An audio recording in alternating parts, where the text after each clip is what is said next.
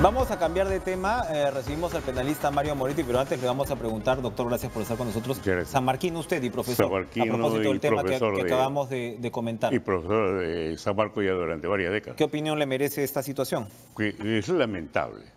Es lamentable porque recurrir a una toma del local que configura el delito de usurpación, esto es bastante grave. Grave por la que le enseñamos nosotros. Sobre todo si hubo o hay algún estudiante de Derecho que estuvo ahí. Justamente nosotros le enseñamos cuándo y en qué caso se configura el delito de usurpación. Es el despojo.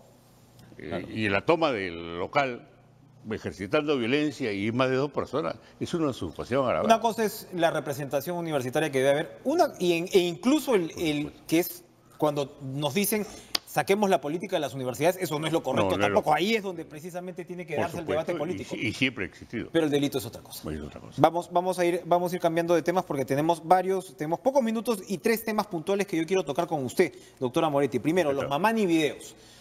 El congresista Moisés Mamani ha entregado, se supone, todo el material que dice que él tiene, son un poco más de 3 horas, no sabemos el detalle de cada uno, pero había toda una confusión sobre si él podía tener responsabilidad penal o no. Sí. Está la famosa sentencia, me parece, del Tribunal Constitucional que dice que grabar para demostrar o probar el delito no es ilegal. Pero por el otro lado, y usted me aclarará, he visto esta sentencia de casación del año 2011 de Arequipa, donde sí se habla de el agente provocador.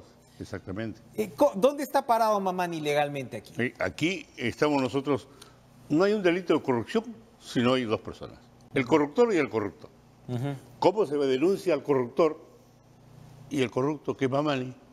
No le pasa nada. Y cuidado, que allí ¿Por qué es corrupto y no corruptor, Mamani? ¿O por qué es corrupto, mejor? Pues corrupto porque él acepta lo que le están ofreciendo el corruptor. Y allí tenemos nosotros que justamente el delito de corrupción se configura no con la entrega del dinero o con la entrega de la ventaja, sino con la promesa y la aceptación por parte del corrupto. Y su papel como agente provocador, es decir, estás en una situación política muy complicada y el tipo dice, incluso en entrevista en un diario, dice, yo voy a cambiar mi voto. Y va y busca digamos, a quienes podrían beneficiarlo de alguna manera para cambiar el voto. ¿Cómo es eso? O sea, de un lado indigna la famosa compra de votos, pero de otro lado uno dice, pero acá también hay una suerte de mesita servida, de escenario, de montaje. Claro. ¿Cómo se configura penalmente esa situación? Allí podría inclusive estar exento de responsabilidad porque es lo que pasa con los policías, algunos malos policías. Ya. Yo le siembro y lo estoy. Y me están filmando.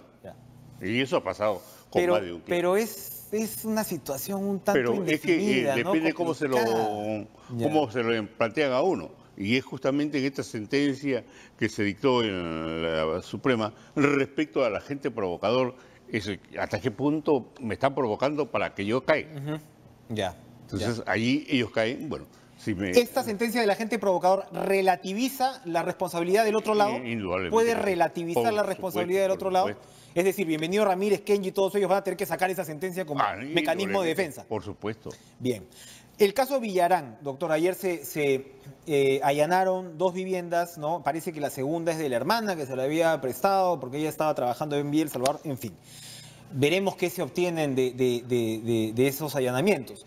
Pero lo que sí llama la atención en el caso Villarán es que, por un lado, y me parece que incluso a diferencia del caso Humala, por un lado está la entrega de dinero aparente para esta campaña y por otro lado el cumplimiento de favores, ahí sí, millonarios en 2 proyectos, uno para Odebrecht y OAS, que incluso involucran el peaje, lo que está pagando el consumidor o el chofer en este caso.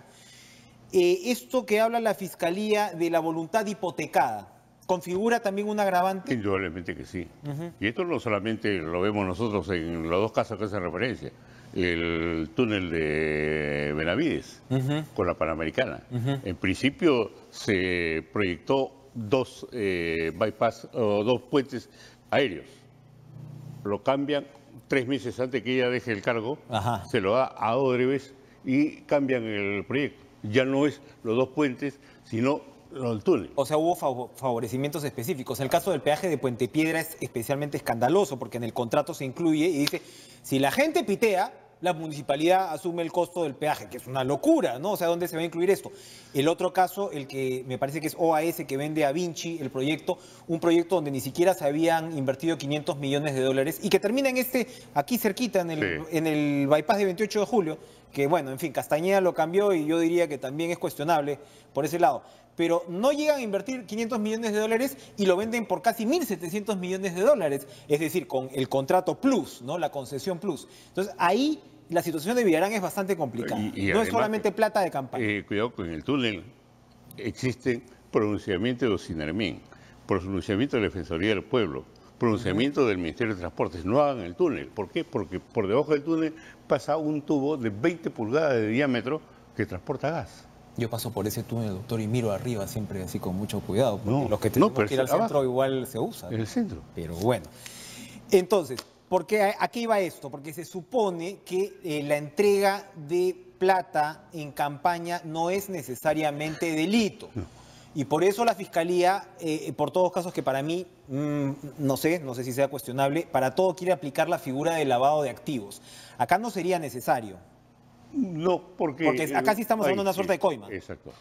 Pero en el caso de Humala Heredia, ellos dicen que se está forzando su figura, porque, bueno, ellos por supuesto niegan haber recibido, ¿no?, la plata, que tendrán derecho. Parece evidente que recibieron la plata, pero lo que se señala es que, bueno, ellos no habrían cometido lavado de activos y que hay un exceso, pues, de la prisión preventiva en su caso, y el Tribunal Constitucional se supone terminar de deliberar el martes sobre esta situación. Claro. ¿Se puede salvar Humala Heredia? Mejor dicho, ¿pueden salir de la cárcel, pueden enfrentar su juicio robando su agua? El 95% de penalistas nos hemos pronunciado de que esa prisión preventiva es un exceso. No procedía bajo ningún punto de vista la prisión preventiva. Y aquí estamos optando, primero detengo y después investigo. Y allí vemos nosotros que el dinero que se aporta para época de elecciones, tuve la oportunidad de estar en una conferencia en el Jurado Nacional de Elecciones para ver cómo penalizar esta situación, que esto no se repite. No, o sea, deberíamos tener una reforma electoral de verdad que penalice en situaciones como esas. Y el jurado presentó un proyecto, así es, pero el Congreso no lo ha querido aprobar. Un comentario final sobre la materia, ¿no? Mucho hablan los congresistas, ¿no?, de la corrupción, enfrentar frontalmente, porque se ha puesto a moda esto de enfrentar frontalmente, cara a cara, ¿no?, la corrupción. Pero a la hora de la hora no llevan la reforma electoral que deben llevar. Por supuesto. ¿No? Ni la revocatoria del mandato congresal, porque en este momento que se vayan todos.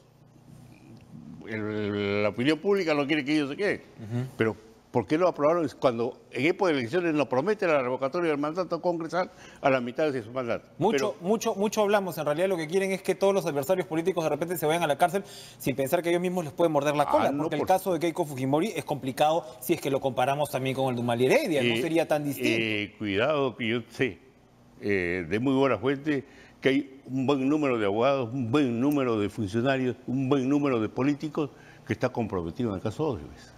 Así es, los estudios de abogados pues han cumplido, ¿no?, un papel. No, el estudio de Moretti no ha cumplido. Al contrario, he denunciado a Odebrecht. Gracias, doctora Moretti, como siempre, por acompañarnos. Nosotros vamos a ir a una pausa y regresamos con lo último de Cara a Cara. No se vayan.